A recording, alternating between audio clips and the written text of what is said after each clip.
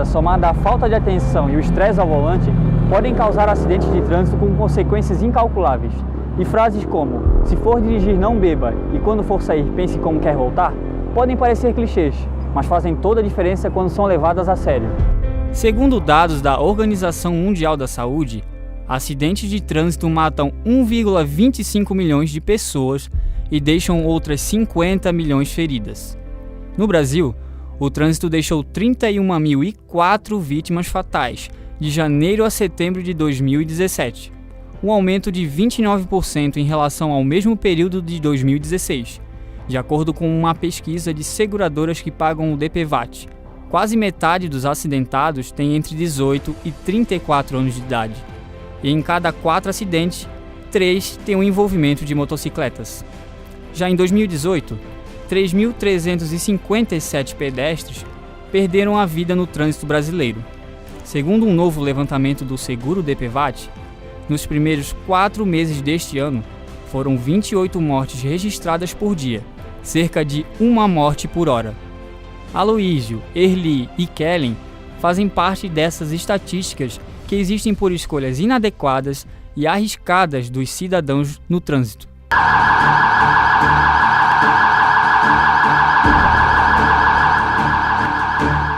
O primeiro sobrevivente, assim como muitos pedestres e ciclistas, foi vítima da falta de atenção de um condutor apressado. Seu Aloísio, em 2003, ao atravessar a rua com a sua bicicleta, foi surpreendido por um ônibus desgovernado. Ele juntou todas as suas forças para tentar desviar do perigo iminente, mas por infelicidade não conseguiu chegar ao outro lado e foi pego em cheio pelo transporte coletivo. Você ficou quanto tempo no hospital? Foi uns 30 dias que eu fiquei. 30 dias? Até se recuperar e ser mandado para casa, né? A demorou, eu conheci que eu estava lá, eu estava sempre variando, né? Uhum. Quebrou a perna, 5 costelas aqui, tudo, e essa pancada na cabeça, deu traumatismo, né? Na cabeça e tudo, e foi feia a coisa. E casa andando devagarzinho, até que foi indo, eu recuperei, né? Uhum. Aí depois eu ia para a igreja com a muletinha já de um lado ali, e fui indo, fui levando, até que fui melhorando, aí eu recuperei bem. Até hoje, Aloísio sente na pele as mudanças psicológicas que o incidente causou. Todo mundo, a gente fica com medo até de andar assim, fazer caminhada na rua, que aqui é muito movimentado aqui, né? A gente fica até com medo de estar andando aí, que tem uns caras aí que não respeitam nada. Não respeitam a lei de trânsito. Anos depois, outro baque. Em 2007, por uma infeliz coincidência, Aloísio se envolveu em um acidente no mesmo local que outrora já havia mudado sua vida. Tava bom, tudo tranquilo, andando, passando bem ligeiro, bem ligeiro. Quando eu estava parando o pé na calçada, vi um cara da motoca, entrou na parte da rua, no lado esquerdo, e pegou e já me jogou assim, 5 meio-fio. Eu bati as 2 mãos assim, para não quebrar a cara aqui. Ali eu só queimou a bacia, eu fiquei acordado a vida inteira. Aí fiquei mais 28 dias internado, para fazer 2 cirurgias. Fiz uma cirurgia aqui, para apanhar um pino bem grande aqui, para ver se segurava, que rachou tudo. E outra a cirurgia põe uma pratina atrás. Conforme o pessoal te contou, foi o SAMU que te socorreu? Demorou quanto tempo? Foi o bombeiro. Foi os bombeiros? É. Demorou quanto tempo mais ou menos? Sabem dizer isso? Eu não sei não, não foi ligeiro, porque o negócio foi feio, né? Em caso de se deparar com um acidente de trânsito com vítimas, é válido ressaltar que elas precisam ser deixadas no local onde estão. O primeiro passo e o mais importante é acionar a equipe de resgate tanto dos bombeiros quanto do SAMU. São estes profissionais que podem realizar o trabalho de primeiros socorros e também identificar o estado de saúde das pessoas. É por isso que estamos aqui com o Fábio Jacomel Pinheiro, socorrista do SAMU desde que ele abriu aqui em Itajaí. Então, Fábio, eu queria que você comentasse um pouco sobre o seu trabalho. Como é que é a rotina de um socorrista? Bom, a rotina do socorrista e da equipe, né? Da equipe chega para trabalhar, confere os materiais da ambulância, o material dentro dela para resgate, medicações, enfim. E faz o feedback ali para ver como a gente vai tratar da melhor maneira possível os pacientes e aguardando as ocorrências.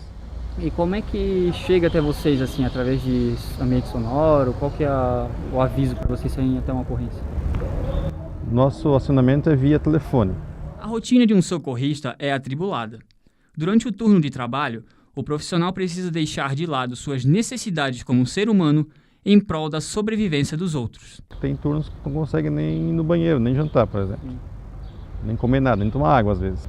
Até o dia a dia, né? O que tu faz? Tu escolheu para fazer isso. Nosso próximo sobrevivente é Erli da Silva, que sofreu um acidente em um horário com grande movimentação de veículos. Assim como ele, muitos outros passaram por essa experiência traumática quando estavam a caminho de casa.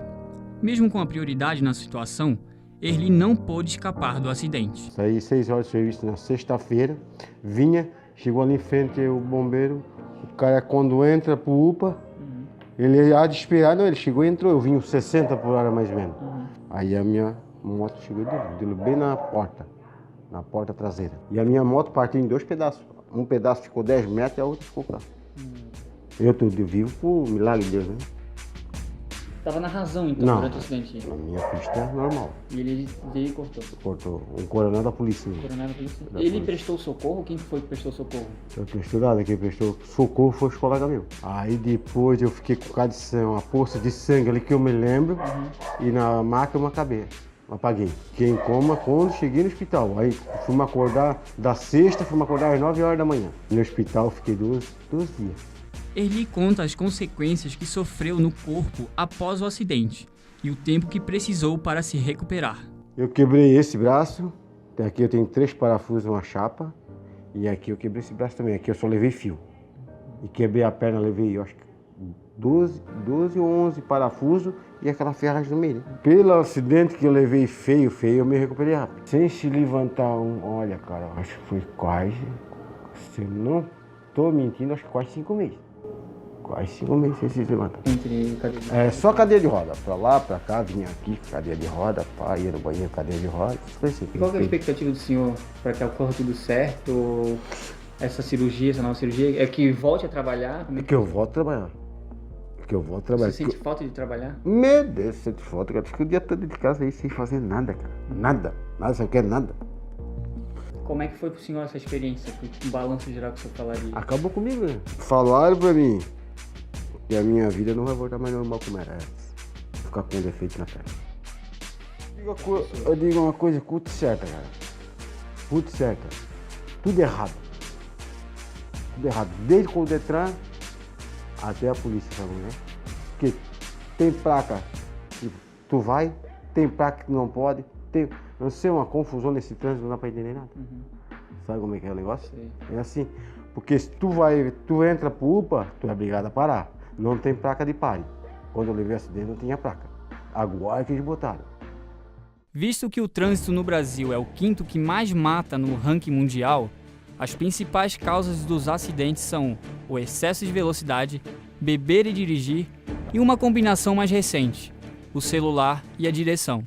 Tá todo mundo sempre com pressa, sempre desesperado para chegar no seu destino. Se você estiver transitando, obedeça às leis de trânsito, né? Verifique a sinalização viária. Se for 50, respeite o limite de 50. Se for 60, respeite o limite de 60.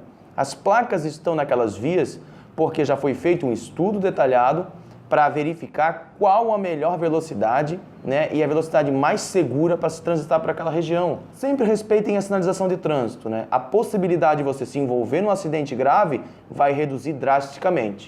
Kellen faz parte de outro grupo envolvido em acasos no trânsito, o das pessoas que se acidentam sozinhas. Com a queda da moto, Kellen fraturou a coluna e ficou paraplégica, o que gerou mudanças em sua vida. Hoje, ela conquistou a independência e aproveita suas últimas semanas de gravidez. Eu estava vindo do trabalho de moto e na hora do almoço eu caí na beira-rio ali de Cordeiros, né? Eu perdi o controle da moto e eu quase caí no rio. Eu fiquei pendurada nas grades ali do rio. Eu estava bem devagar e foi só o impacto, o jeito que eu caí, eu quebrei a coluna, fraturei a 10ª vértebra e estourei os 2 pulmões. Foi o grave do meu acidente, corri risco de morte, né? O esporte foi bem importante para minha reabilitação. A minha reabilitação eu fiz logo em seguida, assim, 5 meses depois eu já estava bem independente, porque foi isso que eu busquei, né? Minha independência. Paraplégica eu já vi que eu fiquei na hora do acidente. Então eu tinha que fazer alguma coisa para me evoluir, não para me regredir, né? Hoje eu sou modelista, né? Eu comecei a trabalhar numa empresa de moda bem grande aqui de Itajaí e comecei a me especializar nisso. Aí comecei a costurar sozinha em casa, também eu aprendi a costurar em casa. E hoje eu trabalho como auxiliar comercial, que não tem nada a ver com a minha área, mas eu gosto também. Após se acostumar com a cadeira de rodas em sua rotina, Kelly recebeu um novo desafio como presente, a sua gravidez. Nossa, foi um susto, porque foi uma surpresa, né? Eu sempre achei que eu ia ter que fazer algum tipo de tratamento para engravidar, porque eu passei por alguns problemas devido à lesão medular que eu tive. Então, eu nunca tive muita expectativa assim de engravidar naturalmente. Eu sempre achei que eu ia precisar fazer algum tipo de tratamento e o meu médico também. E você contou pra gente que você dirige, né? Como é que é dirigir sendo paraplégica? Normal, assim, eu acho que é a minha segunda cadeira de rodas, eu não consigo viver sem, porque a nossa cidade, ela não é que seja uma cidade que não é adaptada, mas tem bastante coisa para melhorar ainda, né? Então eu não me imagino saindo sem carro de casa, por exemplo, não conseguiria, eu acho. Ou eu passaria bastante trabalho. Então, depois que eu passei a dirigir, nossa, minha vida, minha independência melhorou, acho que 100%. Eu não me vejo com essa imagem de guerreira, de superação, sabe? Porque pra mim é normal. Tipo, pra mim eu só tenho uma vida normal, só que um pouco diferente, né? A forma que eu dirijo é normal. Pros outros é superação. Eu não... Fisioterapia? Fiz bastante no início, assim, né? Até hoje eu faço. Agora eu não tô fazendo porque eu tô grávida, né? Depois de sofrer um acidente, as coisas mais básicas do dia a dia, como se alimentar, por exemplo, podem se tornar um desafio para a vítima. Retornar à vida normal passa por uma série de etapas, que vão desde a aceitação do acidentado até a paciência de quem está ao redor e precisará auxiliar na recuperação. Como é que a gente faz aqui na Físio? A gente recebe muitas vítimas de acidentes de trânsito, muitas. De acordo com a sequela desses acidentes, eles são encaminhados para setores diferentes. Existem salas que priorizam atendimento da neuro e outras da orto e traumatologia. O paciente vítima de acidente de trânsito, ele tanto pode ter tido uma sequela neurológica, quanto ele pode ter tido uma sequela ortopédica. O que é a sequela neurológica? É a história do paraplégico. Né? Fez uma lesão numa parte do sistema nervoso e aí ele não consegue gerar mais o movimento. E a gente tem as sequelas bastante comuns dos acidentes, que são os mais ortopédicos. Quebrou um braço, quebrou uma perna, né? E eles também são atendidos aqui. Então, nós atendemos muito esses pacientes. A pessoa que ficou paraplégica, né, independente de ter sido vítima de um acidente de trânsito ou não, ela precisa de um atendimento o mais rápido possível, de preferência ainda no ambiente hospitalar. Mas no ambiente ambulatorial, que é esse ambiente da clínica que a gente tem, o tratamento ele visa, sobretudo, a autonomia dessa pessoa. Ela precisa ser, né, autônoma, independente nas suas atividades funcionais e laborais, de vida diária, tudo, a partir da condição que agora ela se encontra. O papel da fisioterapia vai ser o de prepará-lo para essa nova situação. A sequela, ela gera uma incapacidade. Incapacidade de realizar aquilo que eles realizavam antes, né? De caminhar com as duas pernas, de caminhar só de muletas, muitas vezes, ou de cadeira de rodas, de trabalhar, de cuidar dos filhos, de sair de casa. São muitas incapacidades. Isso faz com que a pessoa esteja também bastante fragilizada naquela situação. A fisioterapia, nesse caso, ela de fato funciona como um apoio, uma ponte, eu costumo dizer, né? Que aproxima essa pessoa de uma vida com menos incapacidade. Mesmo em meio às adversidades, nossos sobreviventes transformaram as situações em ensinamentos para a vida. É um cuidar do outro, né, cara? Tem que ser o maior cuidando do menor? Um cuidar do outro. Desde o PDS, desde criança pequena, o cara tem que estar atento. Acho que a minha forma de ver a vida, de levar a vida, mudou bastante, assim. E eu precisei levar um impacto para mim acordar para a vida, assim, né?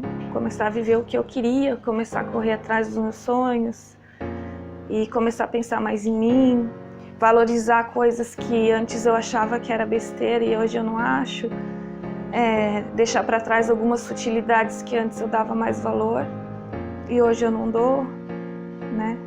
Então acho que é isso. Acho que as pessoas não precisam esperar acontecer um acidente para mudar, para melhor, né?